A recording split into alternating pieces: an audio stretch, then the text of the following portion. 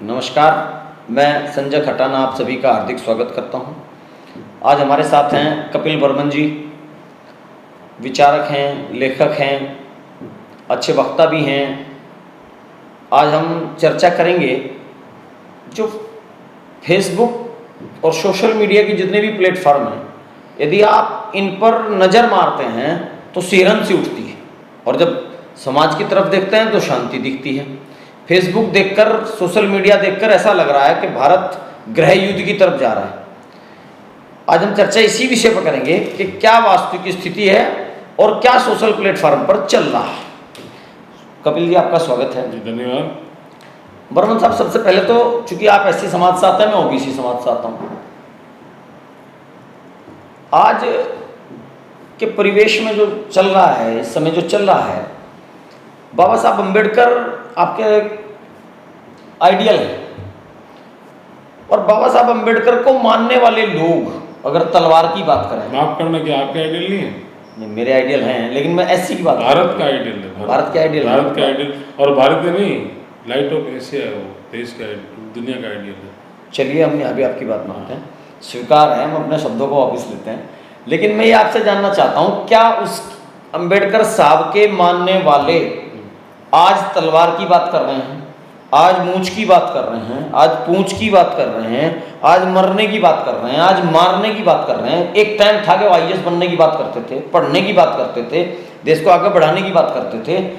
आज जिस दिशा में सोशल मीडिया हमारे युवाओं को ले जा रहा है, इस पर आपका क्या सोचना है? सोशल मीडिया को तबाही की ओर ले जा रहा है, क्योंकि व्हाट्सएप का ज्ञान है, कहीं से उधार से ले लिया, चिपका दिया, उसने फिर उसको और डिग्रेड कर दिया, उसके बाद उसने डिग्रेड कर दिया, मालूम चला उसके बाद का मतलब ही बदल गया। ठीक है, लेकिन आपने कहा कि जो कल तक कलम की बात कर रहे थे, आज वो तीर और तलवार की बात क्यों कर रहे हैं, वो हिंसा की बात क्यों कर रहे हैं, वो खूनी क्रांति की बात क्यों कर रहे हैं? ये डॉक्टर अम्बेडकर का स्वभाव नहीं था। ऐसा लगता है भटका रहा है कोई? हाँ, भटक रहे हैं। ऐसा है कि जिसे हम मनुवादी कहते हैं, जो अन्याय, अत्याचार और शोषण की वकालत करता है, वो वर्ग चाहता है कि अगर ये शांति से शिक्षा ग्रहण करके अपने बुद्धि का विकास करते हैं, क्योंकि बुद्धि का विकास बाबा साहब ने कहा अंतिम लक्ष्य होना चाहिए व्यक्ति का, तो बुद्धि का विकास अगर ये कर लेंगे तो ये हमें हरा देंगे लोकतंत्र में। और अगर ये खूनी क्रांति की ओर बढ़ते हैं, धरना प्रदर्शन, सड़क पे नंगा नाच करना, अशांति फैलाना, तो हम इनको, सरकारें की है तो हम इनको गुनिये में कर देंगे। और ये पिछले 3-4 सालों से हो रहा है। जो बच्चे पढ़ाई की तरफ जा रहे थे, वो आज संघर्ष की बात कर रहे हैं, जिसका कोई मैनिफेस्टो नहीं है, कोई लड़ाई नहीं है, हम ये कर देंगे, हम वो कर देंगे, और कर भी को कुछ नहीं रहा। बाबा साहब के 3 मंत्र थे, मैं उस पर बात करूँगा 2 मिनट के लिए। बाबा साहब ने कहा, शिक्षित बनो, संगठित हो और संघर्ष करो। संघर्ष कर तो रहे हैं, बात सुनो जी। अगर आपका संगठन शिक्षा से पहले हो जाता है, शिक्षा के बिना अगर आप संगठित होते हो, तो वो भेड़ के अलावा और कुछ नहीं है। और भेड़ क्या संघर्ष करती है वो आपको पता है? मेरी बात समझ रहे हो? तो हमने शिक्षा छोड़ रहे हैं, आज जितने युवा हैं हमारे, वो शिक्षा को, बिना शिक्षा के संगठित हो रहे हैं, और वो संगठित संघर्ष करने की बात करते हैं। तो जब होश ही नहीं होगा तो फिर वो कहाँ जाएगा आंदोलन? तो गर्त में जाएगा, वो अशांति फैलाएगा। आपने बाबा साहब को बहुत अच्छे से पढ़ा। हाँ, क्या बाबा साहब ने एक वर्ग की ही सुख की बात की थी, एक वर्ग के अधिकारों की बात की थी, या भारत के सभी लोगों की? भारत के सभी लोगों की बात की थी, प्रत्येक व्यक्ति की बात की थी, लेकिन आखिरी छोर पर खड़े हुए व्यक्ति की बात की? हाँ, बात की थी ना, लेकिन वहां तक पहुंचा ही नहीं है। ऐसा नहीं है कि इनका जो असंतोष है वो नाजायज है, दलितों का असंतोष नाजायज नहीं है, क्योंकि आज भी घोड़ी पे बैठने से ऐतराज है दबंगों को, तो घोड़ी पे अगर हम बैठ गए तो ये कहाँ बैठेंगे, हम कहाँ बैठेंगे? नहीं, घोड़े पे सब बैठ सकते हैं, क्या तकलीफ है? अरे अभी आगरा में हुआ है मामला, अभी आपके उत्तर प्रदेश के अंदर एक पुलिस वाला आदमी शादी के लिए कह रहा जी मैं बारात लेके आऊंगा, घोड़ी पे आऊंगा, नहीं आया, पुलिस प्रोटेक्शन में गया। तो उनका असंतोष या उनका गुस्सा नाजायज नहीं है, लेकिन वो शिक्षा के साथ करें संघर्ष। शिक्षा के बिना संघर्ष कभी भी सफल नहीं हो सकता। बाबा साहब ने कहा था कि मात्र असंतोष ही पर्याप्त नहीं है किसी आंदोलन के लिए। किसी भी आंदोलन में मात्र असंतोष, मैं असंतोष हूँ, इस चीज़ से नाखुश, आपकी इस चीज़ से नाखुश हूँ और मैं आपसे लड़ाई लड़ लूँ, उसके लिए समानता, स्वतंत्रता और न्याय के भाव का अपने अंदर होना जरूरी होता है। मैं आपसे इसी से रिलेटेड एक बात जानना चाह रहा, असंतोष। सहारनपुर में, आप सहारनपुर के रहने वाले हैं, सहारनपुर में बड़ी आबादी में आपकी बिरादरी रहती है, चमार भाई रहते हैं, और गुजर भी काफ़ी बड़ी आबादी है। दोनों में उतना तालमेल नहीं था राजनीतिक स्तर पर। सामाजिक स्तर पर तो सबके साथ रहता है, किसी का कम होता है, किसी का ज़्यादा होता है, लेकिन अभी सहारनपुर के गुजर का झुकाव भाजपा की तरफ था। लेकिन जैसे ही ठाकुर समाज ने उनकी रैली को रोकने का प्रयास किया और अब वो गुजर भीम आर्मी की तरफ लपक रहा है। नहीं, लेकिन अब मेरी बात सुनो, आप इसे कैसे देखते हैं? हाँ, मैं देख रहा हूँ। चमार, स्पेशल चमार की बात कर रहा हूँ, इस देश के अंदर सबसे बड़ी आबादी चमार की है। चमार का स्वभाव एक अजीब सा स्वभाव है। वो हर अन्याय, अत्याचार और शोषण को ना अपना समझता है। अगर किसी पे भी हो रहा है अन्याय, अनैतिक कार्य हो रहा है, तो सोचता है कि मेरे पे हो रहा है और मैं उसका सहयोग करूं। मेरी बात समझ रहे? फूलन देवी चमारी थोड़ी थी, फूलन देवी चमारी नहीं थी ना। क्या वो तो बात होने दो, बात करने दो। वो उनको अपनी बहन, अपनी बेटी समझ के विरोध किया ठाकुर का उन्होंने। आप शांतिपूर्ण अपनी गौरव यात्रा निकाल रहे हैं, उसका विरोध करने की बात उन्होंने कही कि हम विरोध करेंगे, उन्होंने कहा हम आपके साथ हैं।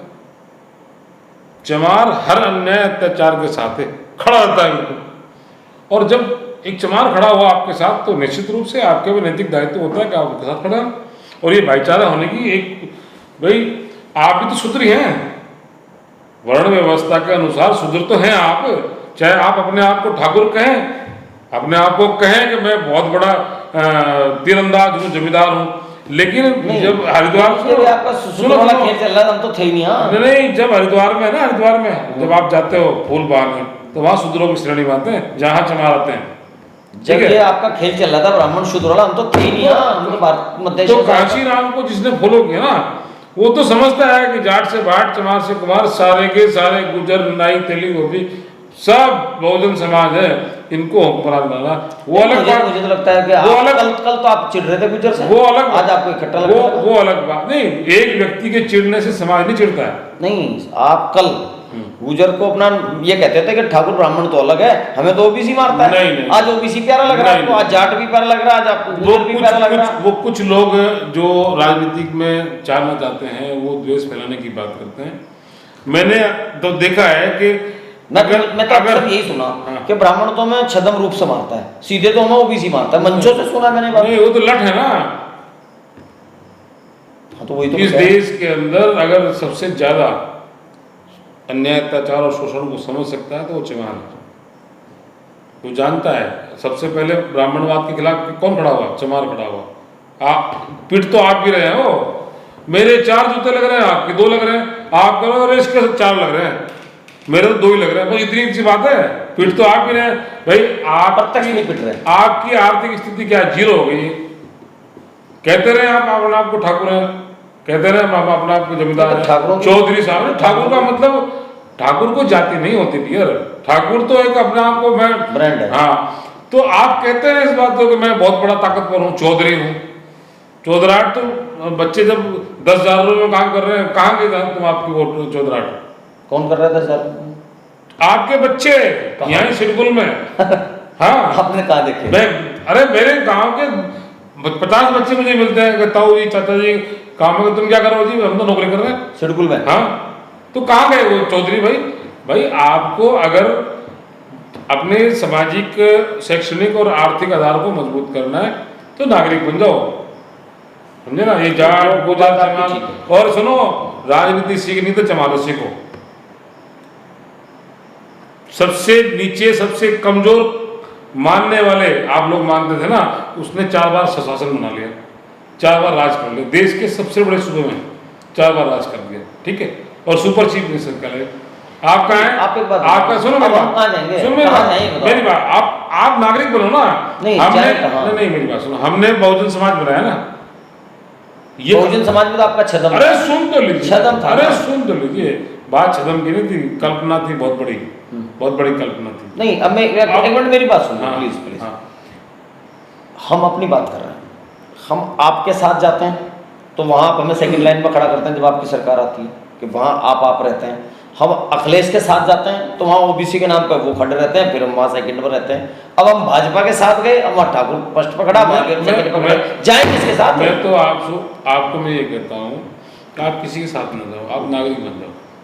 तो वो बात आपकी ठीक, आप नागरिक बन जाओ, और नागरिक बन, सत्ता क्या होती है? सत्ता तो लोकतंत्र में प्रत्येक व्यक्ति की है, प्रत्यक्ष या अप्रत्यक्ष रूप से, प्रत्यक्ष या अप्रत्यक्ष रूप से सत्ता है।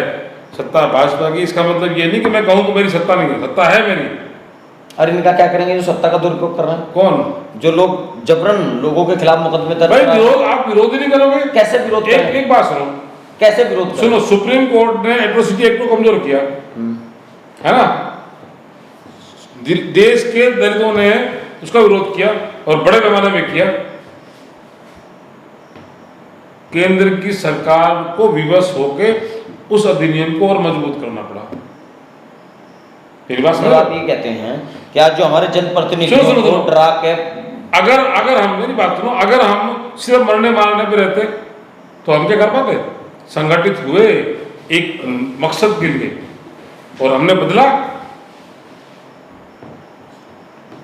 उस फैसले को बदला। अभी किसान आंदोलन था, केंद्र सरकार के फैसले को बदला ना बदला, अधिनियम को बदला ना बदला। भाई आप लोग, अगर आप अपनी बात आप सही कह रहे हैं, हाँ, लेकिन आज हम ठाकुर से परेशान हैं, कल हम यादव से परेशान थे, परसों चमार भाइयों से परेशान ऐसा थे। नहीं है, ये देश कभी किसी से परेशान रहेगा, कभी किसी से परेशान रहेगा, आप गलत कह रहे हो। ठाकुर चल जाएगा कौन? ना, सारे ठाकुर गलत नहीं है, सारे गुजर गलत नहीं है। वो चंद लोग जो दंगाई हैं, जिनकी दुकान दंगे से चलती है, उसमें से चंद चमार भी हैं, चंद गुजर भी हैं, चंद जाट भी हैं, जितनी भी जाति हैं उसमें थोड़े थोड़े हैं। उनको आप पूरे समाज का प्रतिनिधित्व नहीं कर सकते कि वो रिप्रेजेंट कर रहे हैं उस चीज़ को। अगर किसी ठाकुर ने ये कह दिया कि नहीं ये गुजर गलत है या ये हमारा है, सारे, उसका मतलब ये नहीं कि पूरा समाज उसको कह रहा है। मेरी बात समझ रहे हो? या मैं आपके बारे में कुछ गलत कह दूं, इसका मतलब ये नहीं कि मेरा समाज पूरा कह रहा है, मैं समाज को रिप्रेजेंट नहीं कर रहा हूं। कहते तो लोग ये हैं कि मेरा समाज भला के साथ। ऐसा नहीं होता ना, ऐसा नहीं होगा। कोई व्यक्ति, अगर कोई पार्टी, दल है, कोई समाज संगठन है, वो कह जी कि मैं इस समाज का प्रतिनिधित्व करता हूं, कैसे करूंगा? कौन मान रहा है? लोकतंत्र है ये। पत्नी नहीं मानती पति की बात, समाज कैसे मान लेगा?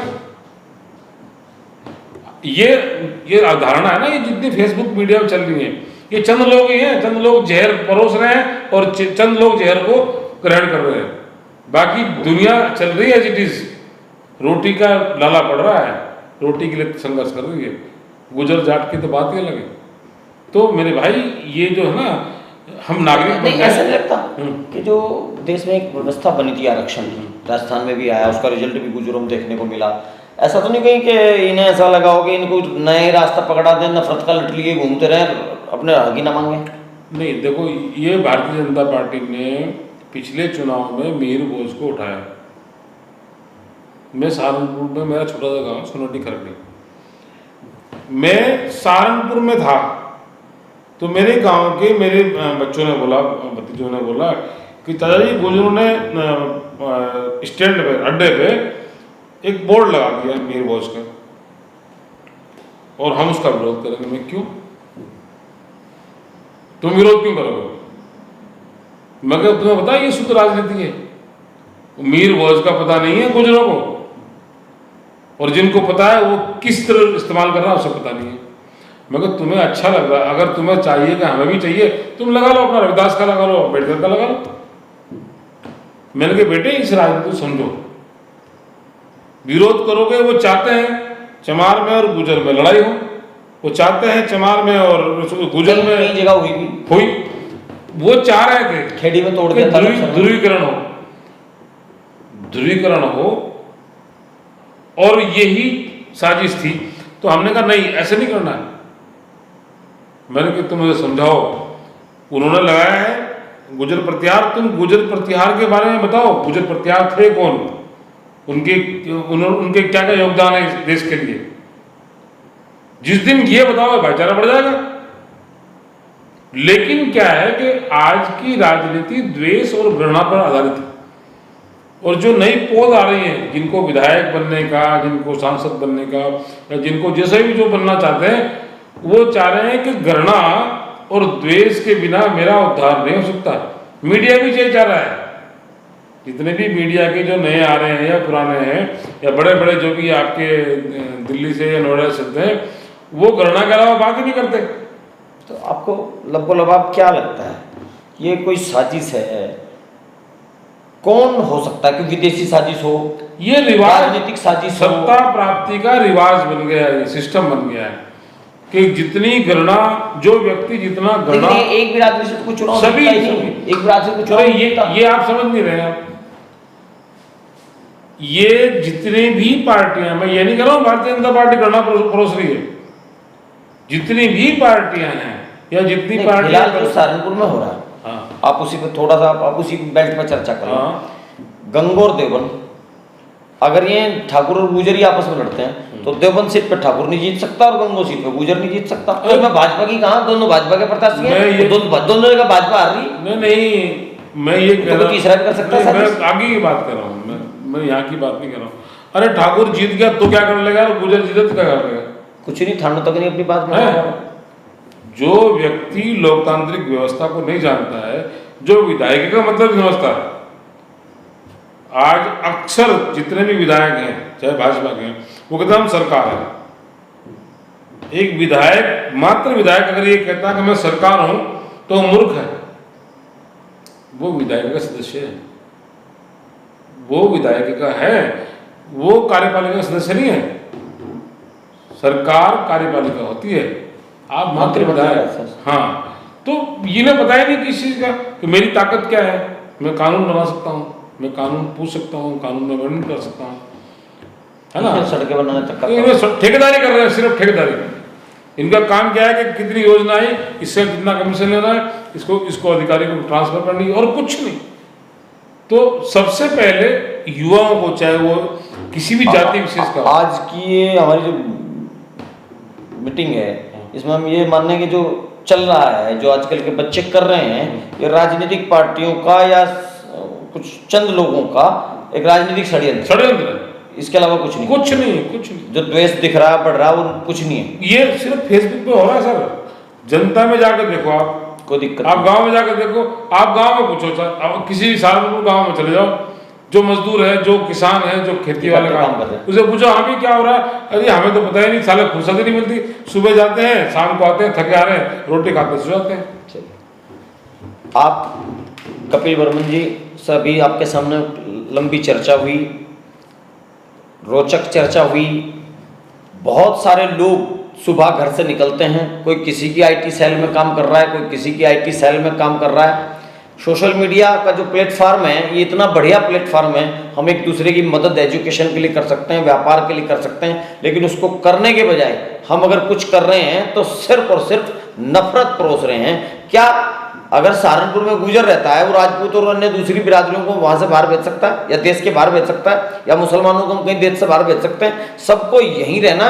कभी गर्मी बढ़ती है और कभी गर्मी घट जाती है। लोगों के जैसे रिश्ते जमीन पर हैं, जिस बिरादरी से हैं, जिस कौम से हैं, जिस धर्म से हैं, वो जो के तो हैं। अगर कहीं अफरा तफरी दिखती है तो केवल मीडिया में दिखती है, इसके अलावा कहीं ज़्यादा अफरा तफरी नज़र नहीं आती। हमारा युवाओं से ये अनुरोध है कि आपको इसलिए भटकाया जा रहा है ताकि आप उन पैसे वाले लोगों, उन अधिकारियों के बच्चों के सामने जाकर खड़े ना हो सकें जो सब कुछ अपने हाथ में रखना चाहते हैं और आपको सड़कों पर देखना चाहते हैं। ये वीडियो आपको कैसी लगी, एक कमेंट में जरूर बताएं। धन्यवाद।